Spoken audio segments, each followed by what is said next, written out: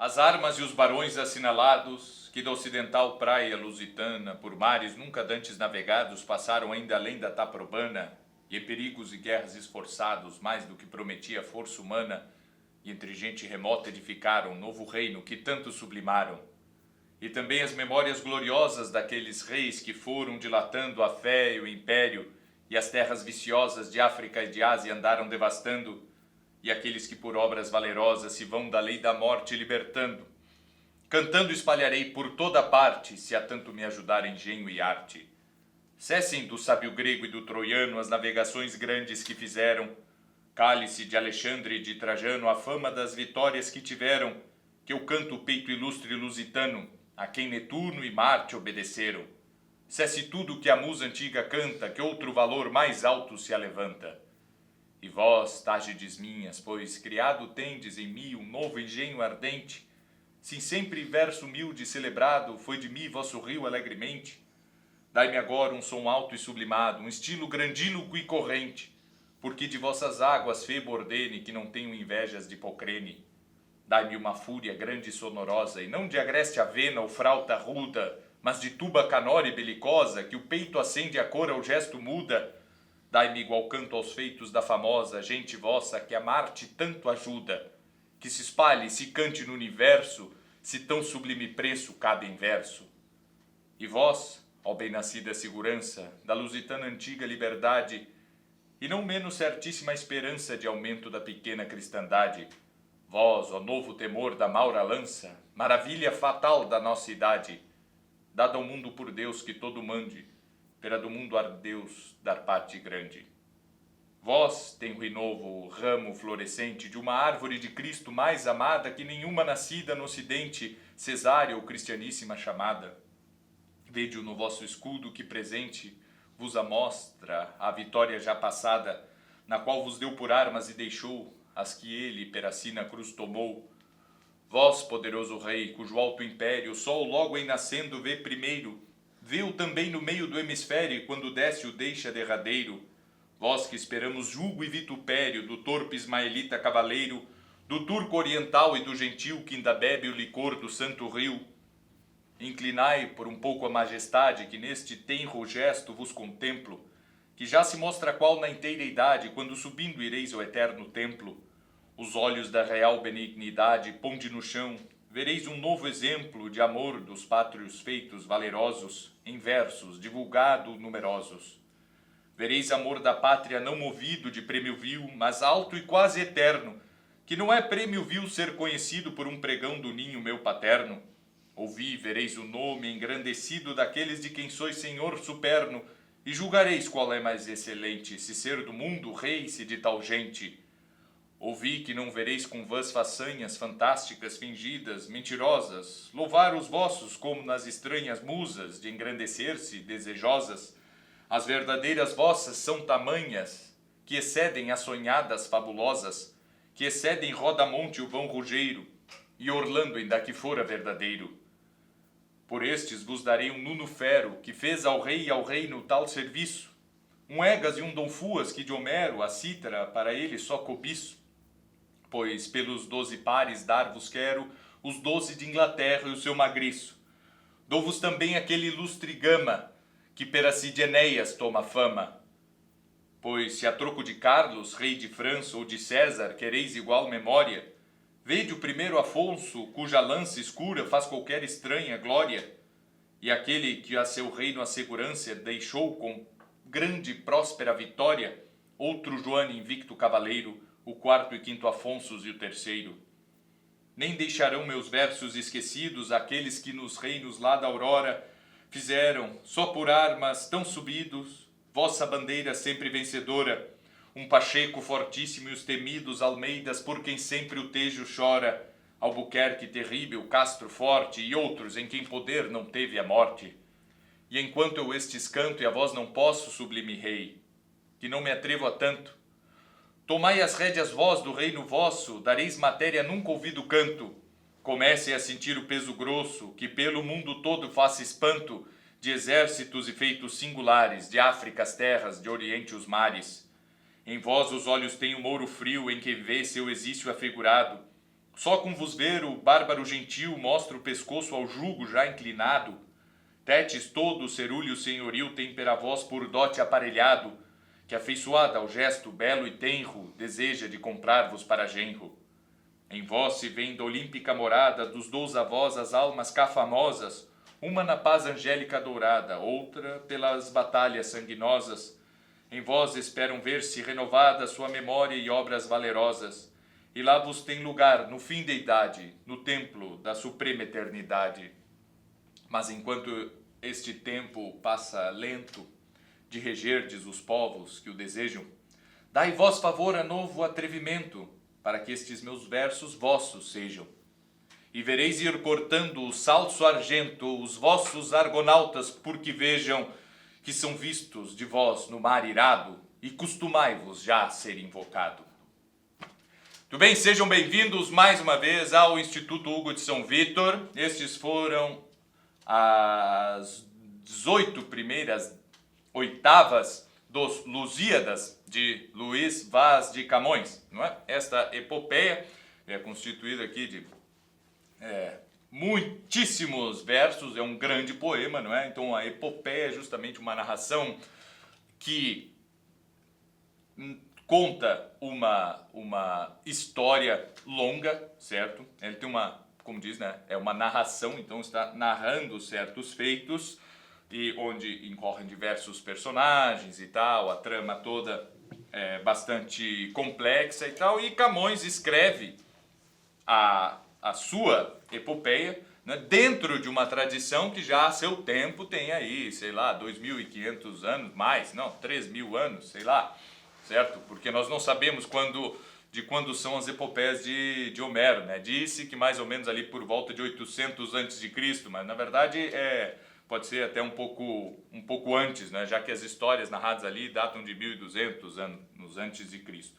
E dentro dessa linha de Homero, certo? Os discípulos de Homero pertence Camões, e em língua portuguesa Camões é o nosso representante, não é? É a pessoa com quem nós conseguimos conversar, porque falamos a mesma língua que ele, e a pessoa que consegue conversar com Homero, certo? Consegue dialogar com Homero, Virgílio, com Dante Alighieri, com Ovídio, e até com alguns outros menores, como é o caso de Boiardo e Ariosto e tal, e tantos outros, né? Ou John Milton e outros poetas épicos, certo? E nós pusemos aqui, nós vamos falar hoje, toda essa semana sobre Camões, e como título dessa live nós botamos aqui Armas e Barões, não é? Justamente em referência a essa tradição na qual Camões está inserido, certo? E é uma tradição de algumas epopeias que Camões conheceu, outras que ele ouviu falar, não é? Por exemplo, a Ilíada e a Odisseia, ele não leu os textos diretamente, nem por tradução, nem coisa nenhuma, ele só ouviu falar, conhecia as histórias e tal, por outras fontes, certo? Mas o que ele conhecia bastante bem é Virgílio, certo? Virgílio, um poeta romano, quase contemporâneo de Nosso Senhor Jesus Cristo, né? Então ele vive ali no primeiro século antes de Cristo, né?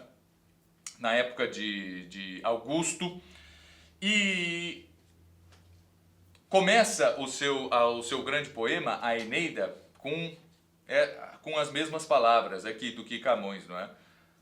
Armas, certo? Então diz lá Virgílio, arma virumque, certo? Cano. Camões vai dizer o cano bem depois ali. Ele diz na segunda instância, ele diz, cantando espalharei por toda parte. Aqui está o sujeito dessa longa frase, né? Então diz aqui, cantando espalharei por toda parte. O verbo aqui é espalharei, certo? Eu espalharei por toda parte ao cantar o quê? As armas e os barões, certo? Virgílio diz, arma virumque, as armas e o homem, ou seja, ele vai cantar a guerra, certo? Os assuntos bélicos, isto é na segunda parte da Eneida, mas na primeira parte ele canta o homem, ou seja, Enéas, né? E Enéas, que na própria Eneida tem um duplo um duplo caráter, certo? Que dá uma ideia de homem completo, um homem de ação e um homem de piedade. É chamado Pius Enéas, certo? Ele é ao mesmo tempo que ele é um chefe militar, certo? Navegador, um marinheiro, né? Capitão ali de uma frota e que está e tem essa missão de fundar uma nova cidade, de fazer com que a Troia não desapareça de todo, certo? Que a glória militar de Troia ainda viva. Ele tem uma função também que é sacerdotal, e por isso que é Pius Enéas.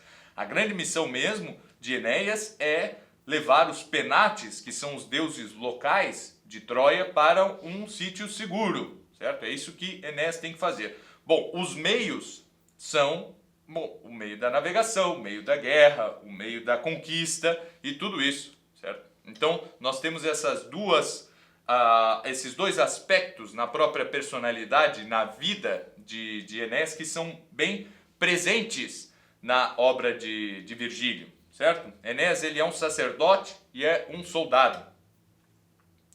E que demonstram bem esse aspecto mais prático da vida, certo? No caso, o de ser soldado, certo? O aspecto dos negócios e o aspecto do ócio em Enéas, que é o fim último. É o fim último da sua saída de Troia, e é por isso que ele sai incólume e protegido pelos deuses quando sai de Troia, para cumprir esse fim último, cujos meios, os meios para que ele cumpra essa atividade ociosa, certo? Quem não está familiarizado com essas palavras, ócio e negócio, pode assistir aqui lives anteriores, pode ir no canal do YouTube do Instituto Hugo de São Vítor, nós falamos lá já sobre isso. Para se cumprir esse fim ocioso da vida, é preciso um fim negocioso, é preciso os negócios, é preciso as atividades aqui, materiais, terrenas, certo? Tendo os pés no chão e a cabeça no céu, mas nunca sem tirar os pés do chão. E isso nós vemos durante a Eneida toda. É só sobre isso que tratam os livros? Não, os livros nunca significam uma coisa só, eles têm sempre variadas interpretações possíveis, e os livros dizem certas coisas a nós em diferentes momentos da nossa vida, em momentos variados, dizem coisas variadas e tudo isso, certo? Mas aqui eu gostaria de pegar esses dois aspectos para falar sobre as armas e os barões, certo?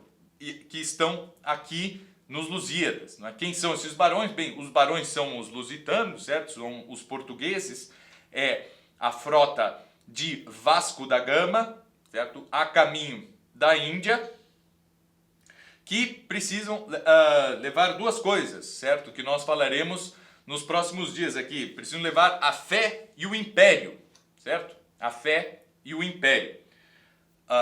Também, certo? Dois aspectos aí importantes, não é? Que nós vemos em Enéas, certo? A fé, o aspecto ocioso, a finalidade mesma, porque Enéas sai de Troia e porque Vasco da Gama sai de Portugal, e o império, que é a forma de manter essa fé nos lugares, não é?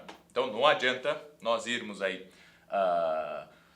fazer missão religiosa por aí se não se trabalha também a questão material toda, certo? Se não se inibe a repressão, a liberdade religiosa, não é? Se não se põe as autoridades civis e mundanas no seu devido lugar, e toda essa questão aqui, não é? Que aparece muito bem em Camões. Camões, que nós devemos ler porque não se trata do descobrimento do Brasil, e nem aparece a palavra Brasil aqui em nenhuma das páginas, certo? E nós às vezes, isso aqui é coisa de Portugal e da Índia, não é? Do Oriente, não tem nada a ver conosco. Não, mas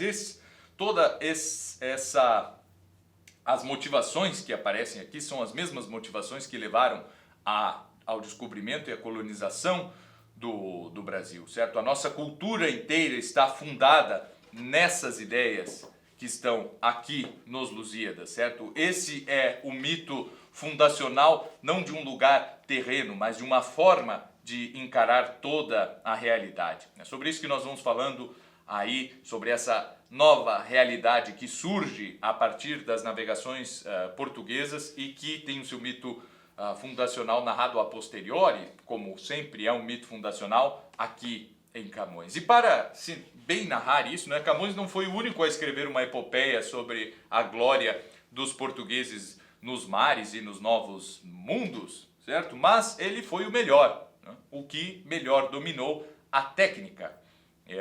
Talvez a pessoa mais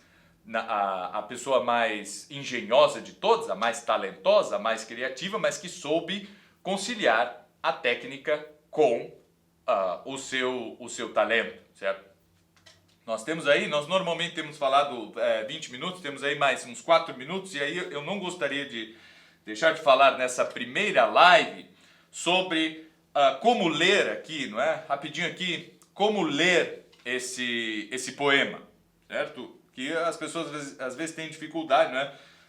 Porque aprenderam a ler poesia na escola, naquele jeito afetado, certo? As armas e os barões assinalados, que do ocidental praia lusitana, por mares nunca dantes navegados, passaram ainda além da Taprobana, certo? Ficam fazendo essa coisa meio afetada, assim, é verso, então tem que ter ritmo, aí faz um ritmo ali todo torto, certo? Não, as próprias palavras já dão um ritmo. Tentem ler como se fosse prosa, primeiramente, certo? Primeiramente leiam como prosa. As armas e os barões assinalados que da ocidental praia lusitana por mares nunca dantes navegados passaram ainda além da Taprobana em perigos e... Fica monótono, fica chato, mas a própria linguagem, certo? Os próprios acentos de cada palavra, a ordem com que Camões põe as palavras dentro dos períodos e as frases ligadas umas com as outras, certo? Isso já vai dando uma certa musicalidade. E, por cima disso tudo, nós devemos dizer aquilo que está sendo dito, certo? Se eu digo as armas, arma, quando eu estou falando de guerra, certo? Por trás do vocábulo arma está toda a realidade militar, toda a realidade bélica, certo? Eu não vou dizer assim, as armas. Isso não é um jeito de dizer guerra, certo? Quando eu digo guerra, eu digo com a voz firme, porque é assim que eu exponho, que eu consigo amalgamar ali a palavra com o meu próprio tom de voz. Então é as armas e os barões, certo? Se ele quisesse dizer e os cidadãos, é um pouquinho mais leve, certo? Se ele dissesse os homens, é mais leve ainda, certo? Se ele dissesse os seres humanos, é uma coisa super levezinha. Mas não, cada palavra tem um peso específico na linguagem, principalmente na poesia. As armas e os barões. Barões e varões é a mesma coisa, certo? Não, tanto faz, é a mesma consoante e a ortografia mudou aí ao longo dos séculos, certo? As armas e os varões, as armas e os barões assinalados. Eu não sei o que é assinalado. Bom, tu pode olhar no dicionário ou refletir um pouquinho, certo? E aí quando nós vemos aqui assinalados são pessoas notáveis, certo? Preste atenção que anotar e assinar não é mais ou menos a mesma coisa, né? No fundo. Então, anotado, assinalado é isso, certo? Digno de nota, digno de referência. Assinalados. Que da ocidental praia lusitana, por mares nunca dantes navegados, passaram ainda além da Taprobana. É uma epopeia, então eu tenho que ler tudo assim, né? As armas e os barões assinalados, que da ocidental praia lusitana. Não, obviamente não, certo? Mas eu tenho que pôr o peso todo nas palavras, certo? Eu tenho que fazer com que eu vá lendo, entendendo e sabendo como entoar cada uma daquelas palavras com o peso que estas palavras têm. As armas e os barões assinalados. Pronto, isso aqui eu disse, com o peso certo. Agora eu vou dizer quem são eles, quais deles, quais armas e barões assinalados. Isso aí existem muitos durante a história inteira. Não. São aqueles que da ocidental praia lusitana, por mares nunca dantes navegados, passaram ainda além da Taprobana. e em perigos e guerras esforçados, mais do que prometia a força humana, e entre gente remota edificaram um novo reino que tanto sublimaram. Aqui eu estou narrando uma coisa para definir quem são as armas e os barões. Não é qualquer um, eu não vou cantar qualquer um. Eu estou falando aqui em geral, de guerras e homens em geral. Não, eu estou falando especificamente daqueles que saíram de Portugal e edificaram um novo reino, certo? É sobre isso que eu estou falando. Então tem um peso diferente. E também a memória gloriosa daqueles reis que foram dilatando a fé e o império, vírgula, porque eles não foram dilatando as terras viciosas, eles foram dilatando a fé e o império. E as terras viciosas de África e de Ásia andaram devastando e não dilatando. Dilatando a fé e o império, devastando as terras viciosas de África e de Ásia, certo? E eles não andaram fazendo comércio, não andaram não sei o que, eles andaram devastando. Devastar. Que a minha voz seja devastadora quando eu digo que eles devastaram as terras viciosas de África e de Ásia. E não qualquer outra coisa, é só isso, certo? Agora, como a minha voz é devastadora, ou a minha voz pode ser um pouco mais amena e atenuar certas coisas, é diferente de como a voz de vocês fará o mesmo, certo? Então, assim, a leitura de poesia, primeiro, em voz alta, certo? Assim como nós fizemos aqui no início dessa live. Vai ficar salva, o pessoal pode escutar aí depois, pode assistir depois. Poesia se lê em voz alta. Terceiro, que nós memorizemos tudo. Aquilo ali está sendo feito para ser memorizado, principalmente, certo? Então vamos memorizando e tal. Esse é o melhor exercício que se pode fazer para a voz, para a impostação, para falar em público, para aprender gramática, desenvolver vocabulário, sintaxe e tudo isso, certo? A melhor coisa é lermos poesia. E depois, que aquilo que eu diga reflita o que está sendo dito. Ou seja, que a minha voz esteja de acordo com aquela história. Então, se nós conseguimos ler, por exemplo, um conto de fadas, nós lemos lá os Irmãos Grimm, né?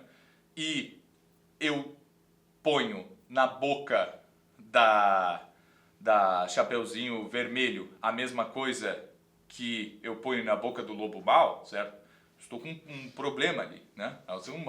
Uma esquizofrenia, vocal, parece que eu não estou entendendo aquilo que eu estou lendo, certo? A minha voz é a verdadeira prova real de que eu realmente estou compreendendo tudo aquilo. Bem, é disso que fala aqui, certo? Não há pretensão nenhuma de Camões ser original. O que Camões estava fazendo era cobiçar a cítara de Homero para os seus argonautas, certo? Para os seus marinheiros aqui portugueses, e cantar com a mesma força, com essa tuba canora, os feitos dos portugueses, certo? Com a grande diferença que essas armas e esses varões aqui são conhecidos de todos e existiram, estão lá nos documentos para todo mundo ver. Inclusive Camões é de uma linhagem um pouco distante, mas ele é mais ou menos da mesma família de Vasco da Gama, assim, de uma baixa nobreza, certo? Ele está falando de pessoas que viveram algumas décadas antes dele, né? E que percorreram certos caminhos que ele mesmo percorreu, né? Coisa que nenhum poeta talvez tenha tido a vantagem de fazer, porque Camões navegou pelas mesmas rotas aqui dos Lusíadas, certo? E conseguiu pintar tudo com uma vivacidade enorme. E por mais que nós vamos ainda falar disso, né, esteja repleto de deuses da mitologia pagã, essa é a única forma que nós temos de contar uma história. Uma história sem deuses e sem criaturas fantásticas como há aqui em Camões não é nunca uma boa história, certo? As armas e os barões, a fé e o império, e sobre tudo isso nós vamos aí falar nessa semana. Muito obrigado a todos e até amanhã novamente às 17 horas.